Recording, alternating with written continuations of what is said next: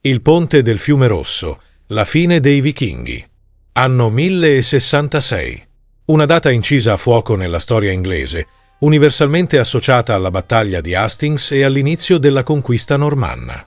Ma solo 3 settimane prima di quello scontro epocale, un altro dramma, altrettanto decisivo e molto più brutale, si consumò a nord, su un ponte di legno che attraversava il fiume Derwent.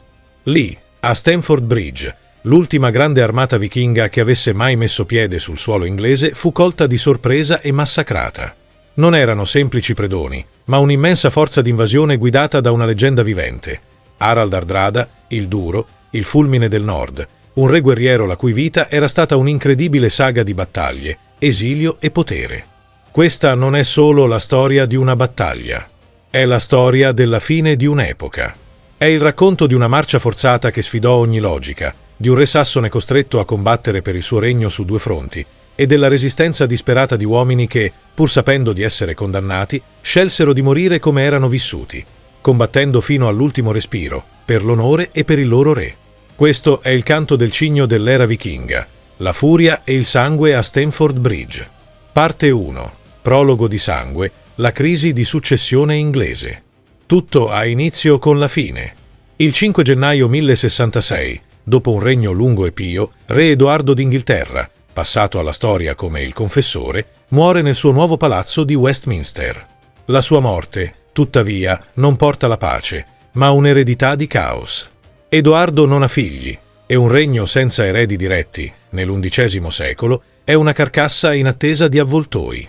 Il vuoto sul trono d'Inghilterra attira immediatamente le ambizioni dei 3 uomini più potenti e spietati d'Europa. Il primo, e il più vicino, è Harold Godwinson. Conte di Wessex, cognato del defunto re, è di fatto l'uomo più ricco e influente d'Inghilterra.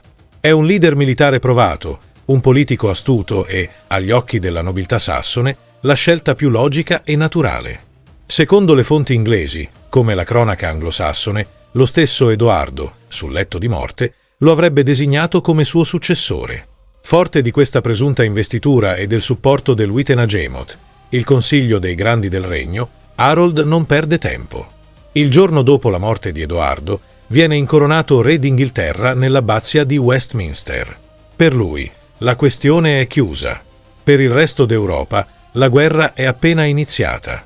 Dall'altra parte della Manica, in Normandia, la notizia dell'incoronazione di Harold viene accolta con furia da Guglielmo, duca di Normandia. Guglielmo, noto come il bastardo per le sue origini illegittime ma temuto per la sua ferrea volontà, vanta una pretesa al trono che considera sacra e inviolabile. Sostiene che anni prima, nel 1051, Edoardo il Confessore, suo lontano cugino, gli avesse promesso il regno. Ma soprattutto fa leva su un evento più recente e umiliante per Harold.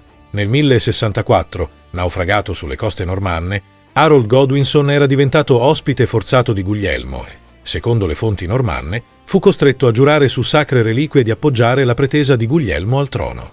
L'incoronazione di Harold non è quindi solo un'usurpazione politica, ma uno spergiuro, un peccato mortale. Con questa potente arma propagandistica, Guglielmo ottiene la benedizione del Papa e inizia ad ammassare un'impressionante flotta e un esercito per la sua invasione. Un'onda normanna si sta preparando a schiantarsi sull'Inghilterra. Ma un'altra tempesta, più fredda e selvaggia, si sta addensando a nord. In Norvegia siede sul trono Harald Sigurdsson, un uomo la cui vita sembra strappata dalle pagine di una saga. Conosciuto come Hardrada, il Duro sovrano, è un gigante di quasi 2 metri, un veterano di innumerevoli battaglie. Esiliato in gioventù, ha servito come mercenario d'élite nella Guardia Variaga di Costantinopoli, combattendo in Sicilia e in Terra Santa, per poi tornare in patria e conquistarsi il trono con il ferro e con l'oro. La sua pretesa sull'Inghilterra è più antica, basata su un patto del 1038 tra il suo predecessore e il re danese che allora regnava sull'Inghilterra. Hardrada vede la morte di Edoardo non come una crisi, ma come un'opportunità, l'occasione per l'ultima grande conquista vichinga, per ricreare il grande impero del nord di Re Canuto. A fornire la scintilla a questa miscela esplosiva è una figura inaspettata, Tostig Godwinson, il fratello esiliato e rancoroso dello stesso re Harold. Cacciato dal suo feudo in Northumbria per la sua brutalità, Tostig cerca vendetta. Dopo essere stato respinto da Guglielmo, naviga verso la Norvegia e si presenta alla corte di Hardrada. Lì, con racconti di un'Inghilterra debole e di un popolo pronto a insorgere contro il fratello usurpatore, convince il re norvegese che la vittoria è a portata di mano. L'ambizione di Hardrada, alimentata dal tradimento di Tostig, dà vita a una formidabile alleanza. Così, mentre re Harold Godwinson raduna le sue truppe sulla costa meridionale, scrutando l'orizzonte in attesa delle vele normanne, non sa che la prima, letale minaccia arriverà da una direzione completamente diversa. Il destino dell'Inghilterra è appeso a un filo, conteso da un re sassone, un duca normanno e un re vichingo. La sanguinosa saga del 1066 è pronta a cominciare. Parte 2. Il fulmine del nord, l'invasione di Harald Hardrada. Mentre l'estate del 1066 volge al termine, il piano di Harald Hardrada prende forma. Da tutta la Norvegia, i suoi uomini d'arme, gli Oscarls e i contadini liberi rispondono alla chiamata. Una flotta colossale, che le fonti stimano tra le 200 e le 300 navi, si raduna alle foci del Sognefjord. È uno spettacolo che non si vedeva da generazioni. Un mare di drakkar e navi da trasporto, le vele pronte a gonfiarsi per l'ultima, grande avventura vichinga. Lo stesso Hardrada, imponente e temibile, guida la spedizione dalla sua nave ammiraglia, battezzata Ormen, il Serpente.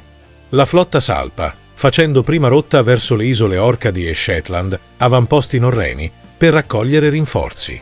È qui che avviene il congiungimento cruciale con Tostig Godwinson e la sua piccola flotta di mercenari.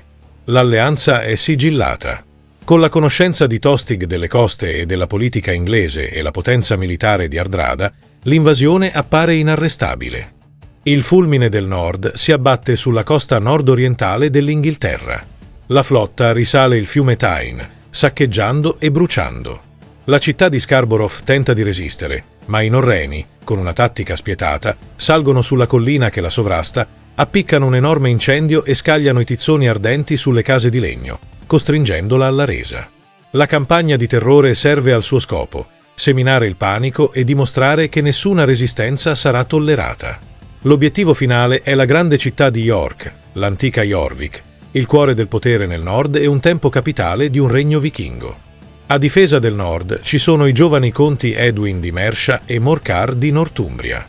Dell'avanzata nemica radunano in fretta e furia le loro milizie, il Fyrd, e si schierano a sud di York per bloccare la strada agli invasori.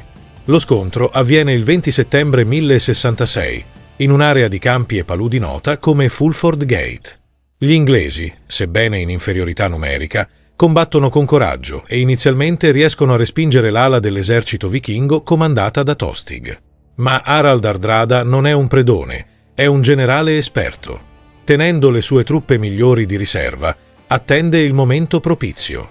Al culmine dello scontro, lancia il suo stendardo personale, il Landian, il devastatore di terre, e guida un assalto devastante sull'altro fianco. Le truppe inglesi vengono aggirate, schiacciate tra il muro di scudi norreno e le paludi del fiume Ouse. Per loro è un massacro. La battaglia di Fulford Gate è una vittoria totale e schiacciante per Hardrada. Con l'esercito del nord annientato, la città di York non ha altra scelta che arrendersi. Hardrada entra in città da trionfatore, esigendo ostaggi e tributi, ma senza saccheggiarla. Il suo piano è governare, non solo razziare. Si stabilisce a pochi chilometri dalla città, presso un ponte noto come Stamford Bridge, per ricevere la sottomissione formale dei notabili della regione. Con il nord in suo pugno, Hardrada si sente sicuro, invincibile. Non può immaginare che, da sud, un altro re, furioso e determinato, sta marciando verso di lui a una velocità che ha dell'incredibile. Parte 3. La marcia inarrestabile, la risposta di re Harold Godwinson. Per tutta l'estate del 1066, re Harold Godwinson e il suo esercito di professionisti, gli Oscarls, hanno tenuto d'occhio la costa meridionale, in attesa della flotta d'invasione di Guglielmo di Normandia. Ma i venti della Manica sono sfavorevoli ai normanni e l'attesa si protrae. È l'8 settembre, con le scorte che scarseggiano e la necessità per gli uomini della milizia, il Fyrd, di tornare ai campi per il raccolto, Harold è costretto a prendere una decisione difficile, scioglie l'armata e si ritira a Londra. L'Inghilterra meridionale, per la prima volta dopo mesi, è vulnerabile. È proprio in quel momento che arriva la notizia da nord. Un messaggero, stremato, porta la peggiore delle notizie. Harald Hardrada e Tostig hanno invaso il paese.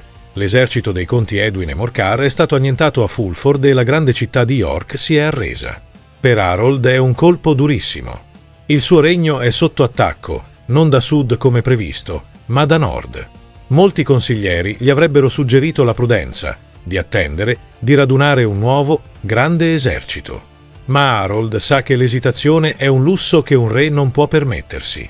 La sua risposta è immediata, fulminea e brutale.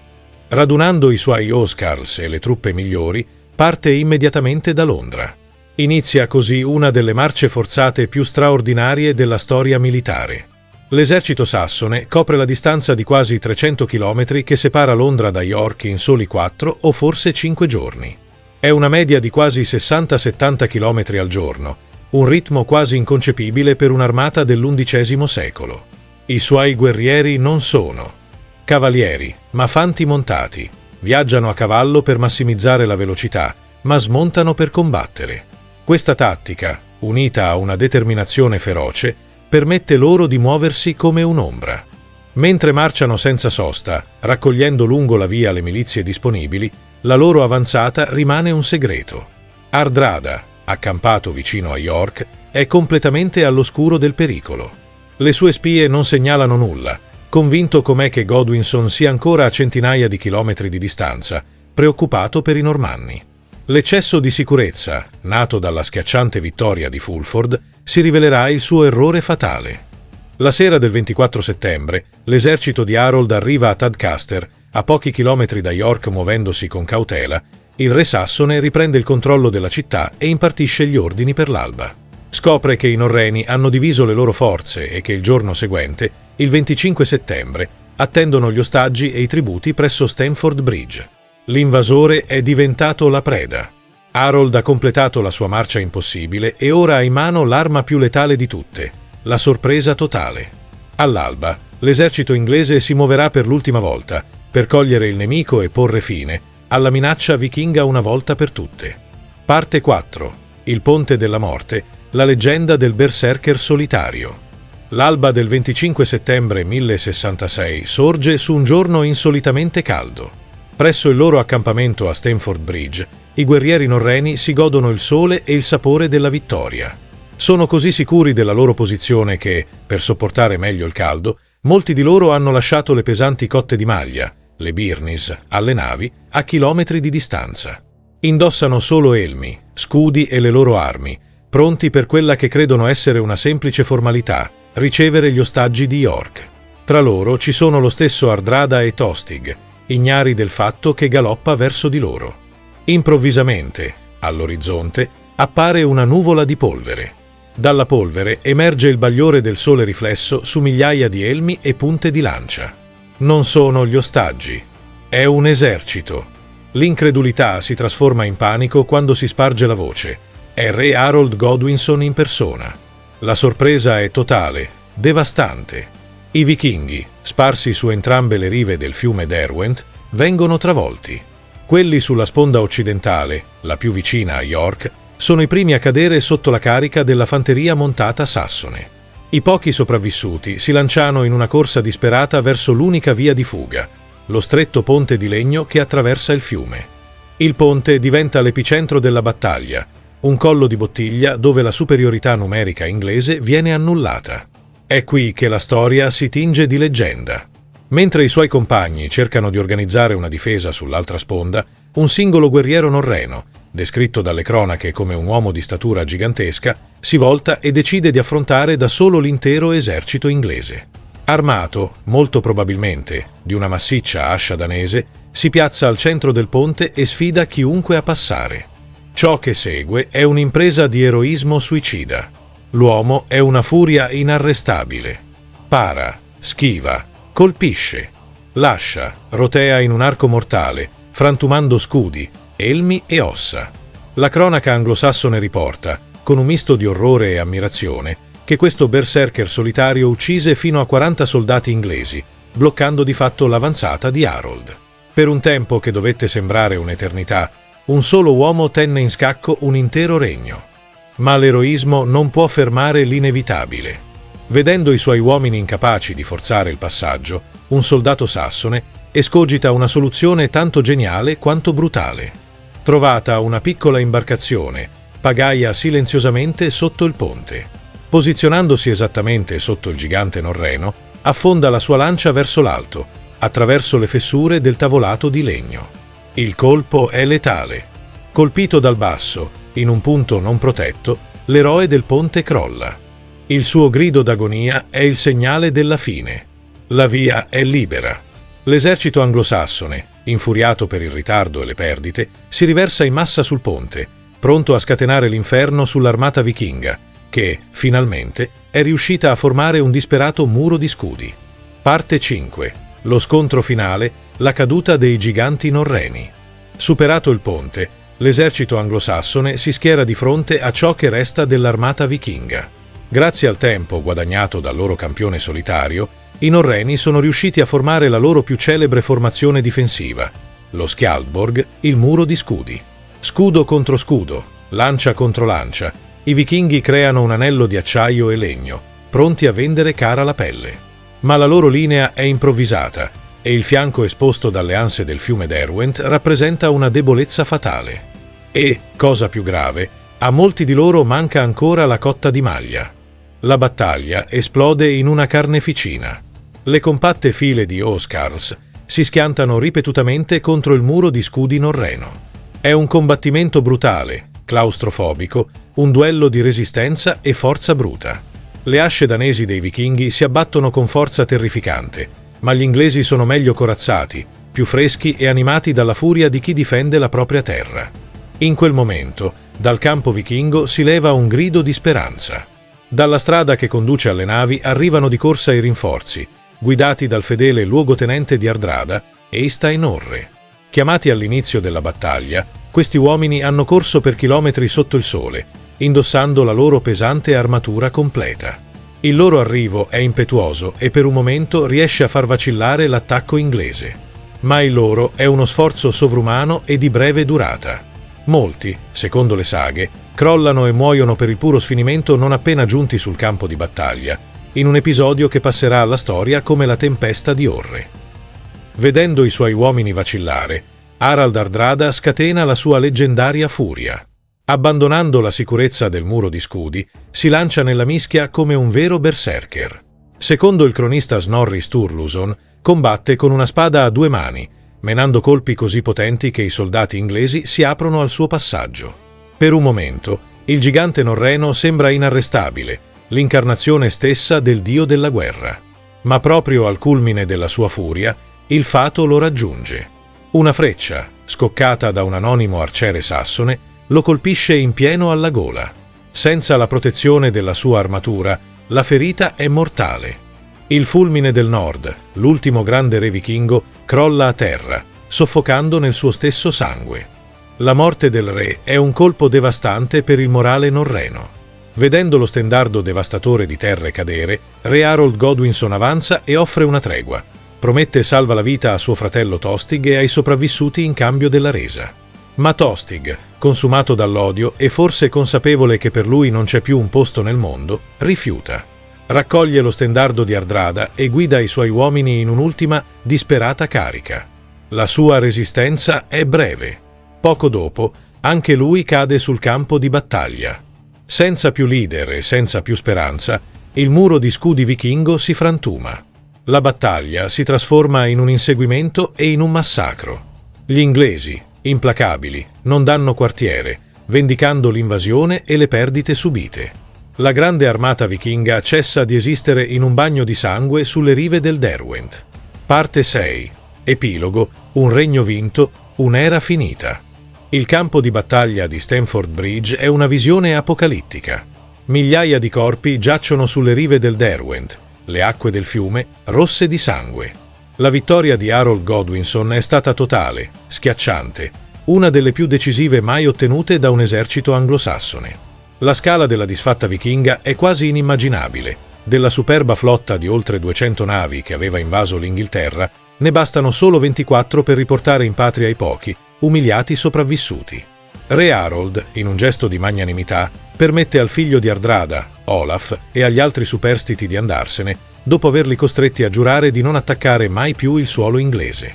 Una promessa che, questa volta, verrà mantenuta. Mentre a York si celebrano la vittoria e si contano i morti, Harold assapora il trionfo. In una sola, brillante campagna, ha eliminato uno dei suoi 3 rivali al trono e ha annientato una minaccia che incombeva sull'Inghilterra da secoli. Ma il destino è un drammaturgo crudele.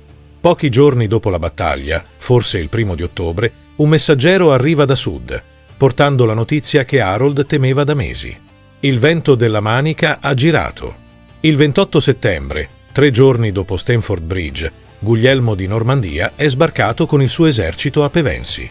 L'invasione è iniziata. Per Re Harold, la vittoria si trasforma in cenere. Il suo esercito, il nerbo del regno, è esausto. I suoi fedeli Oscars hanno marciato per 300 chilometri, combattuto una battaglia feroce e sanguinosa e subito perdite significative. Ora, senza un attimo di riposo, devono voltarsi e ripetere l'impresa, marciando di nuovo per tutta la lunghezza del paese per affrontare un nemico fresco, ben equipaggiato e riposato. È una richiesta sovrumana, quasi impossibile. La vittoria di Stamford Bridge diventa così la causa principale della sconfitta di Hastings. L'esercito che Harold schiererà sulla collina di Senlac il 14 ottobre non sarà lo stesso che ha trionfato a nord, sarà un'armata eroica ma stremata, che combatterà fino all'ultimo uomo prima di cedere. Guardando oltre gli eventi del 1066, la battaglia di Stamford Bridge assume un significato ancora più profondo. Mentre Hastings decise il destino dell'Inghilterra, inaugurando secoli di dominio normanno, Stamford Bridge decise il destino di un'intera epoca. La catastrofica perdita di uomini, navi e del suo re più carismatico fu un colpo dal quale il mondo vichingo non si sarebbe più ripreso. Mai più una grande armata scandinava avrebbe tentato la conquista di un regno occidentale. Le spade, le asce e i drakkar che avevano terrorizzato l'Europa per 300 anni furono definitivamente spezzati e affondati in un'ansa del fiume Derwent. La resistenza disperata degli ultimi vichinghi fu anche il loro ultimo, sanguinoso, canto del cigno. L'era dei vichinghi era finita.